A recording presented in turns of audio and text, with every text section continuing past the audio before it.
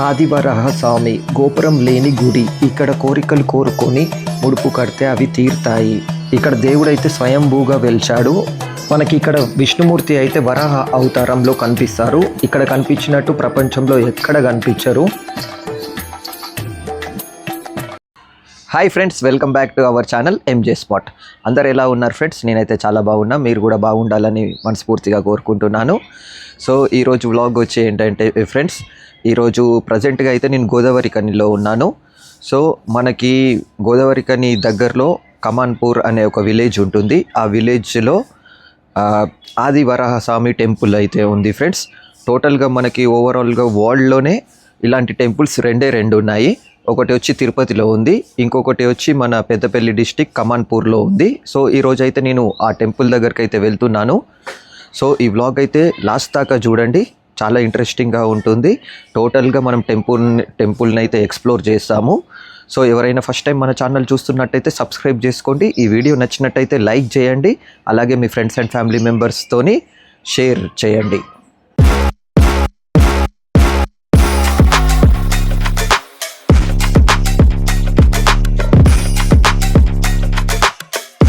ఈ ఆదివరాహ స్వామి టెంపుల్ అయితే చాలా old temple, around 600 years back temple.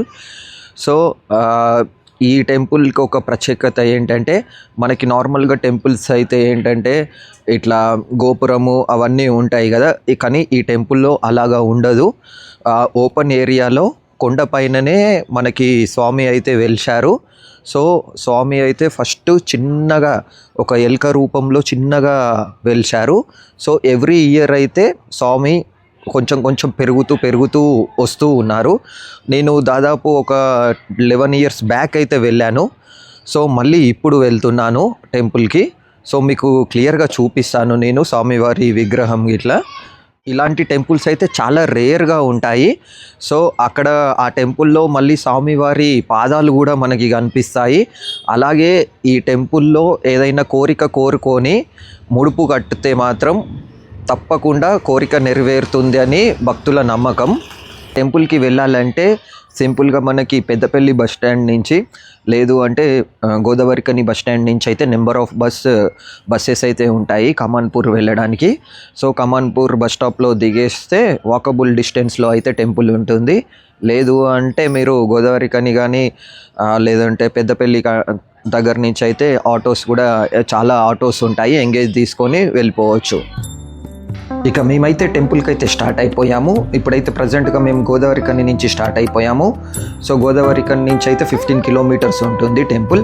అదే మనకి పెద్దపల్లి నుంచి అయితే 17 కిలోమీటర్స్ వస్తుంది. హైదరాబాద్ నుంచి అయితే అరౌండ్ 215 కిలోమీటర్స్ అయితే ఉంటుంది.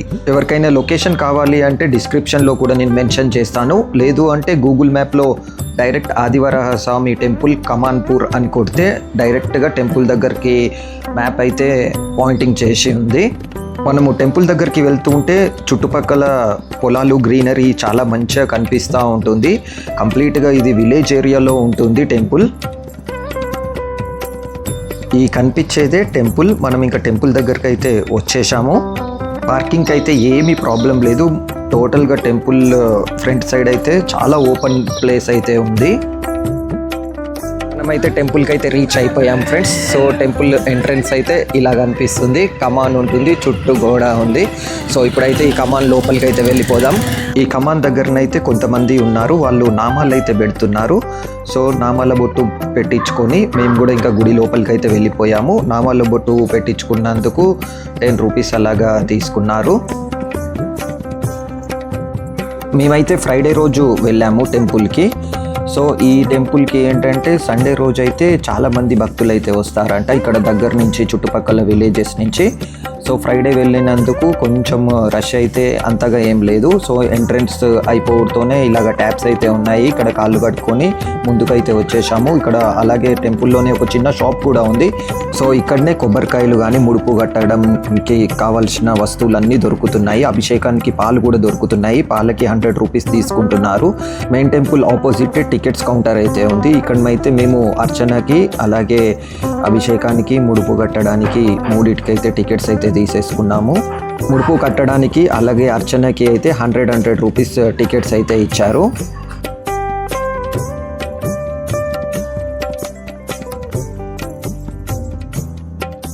ఈ కనిపించేది మెయిన్ టెంపుల్ అన్నమాట. సో ఇందులోకి వెళ్ళి ఈ మెట్లు ఎక్కేసి వెళ్ళిపోతే స్వామివారు కనిపిస్తారు మనకి.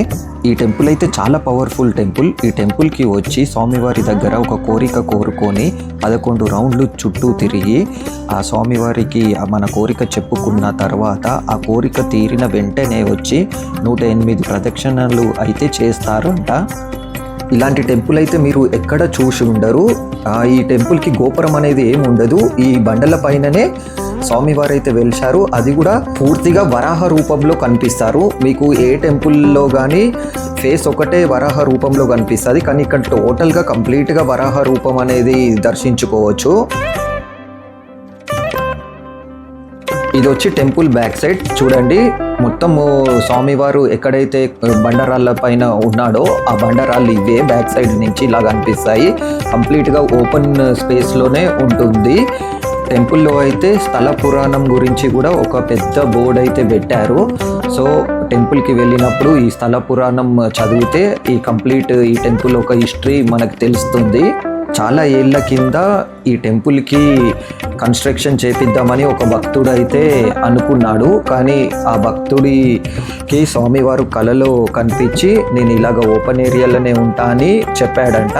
సో అందుకని ఇంకా అప్పటి నుంచి అయితే ఈ టెంపుల్ని ఇలాగనే ఓపెన్ ఏరియాలోనే ఉంచేశారు.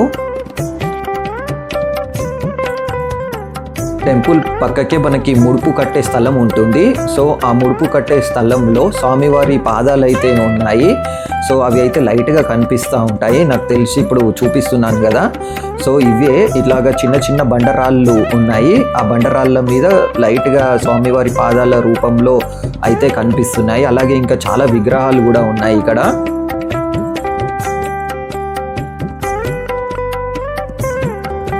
మనకి టెంపుల్ ఎంట్రెన్స్లో కూడా నాగదేవత విగ్రహాలు అయితే 2 కనిపిస్తాయి. ఒకటి చిన్నది, ఒకటి పెద్దది. ఇది ఎంట్రెన్స్లోనే ఉంటుంది. మీరు ఎప్పుడైనా ఈ టెంపుల్కి వచ్చారా లేదా అనేది కామెంట్ చేయండి. సో ఈ పెద్దపల్లి రీజియన్ కానీ గోదావరి కానీ రీజియన్లో ఉంటే మీరు కూడా తప్పకుండా ఈ టెంపుల్కి అయితే వెళ్ళండి. చాలా మంచి టెంపుల్ ఇదైతే. ఈ వ్లాగ్ కూడా ఎలా అనిపించిందో తప్పకుండా కామెంట్ చేయండి. ఫస్ట్ టైం మన ఛానల్ చూస్తున్నట్టయితే సబ్స్క్రైబ్ చేసుకోండి. అలాగే ఈ వ్లాగ్ నచ్చితే లైక్ కూడా చేయండి. మీ ఫ్రెండ్స్ అండ్ ఫ్యామిలీ మెంబర్స్తోని తప్పకుండా షేర్ కూడా చేయండి. మరొక ఇంట్రెస్టింగ్ వ్లాగ్తో మంచి వ్లాగ్తో మళ్ళీ కలుస్తాను. అందాక బాయ్ బాయ్.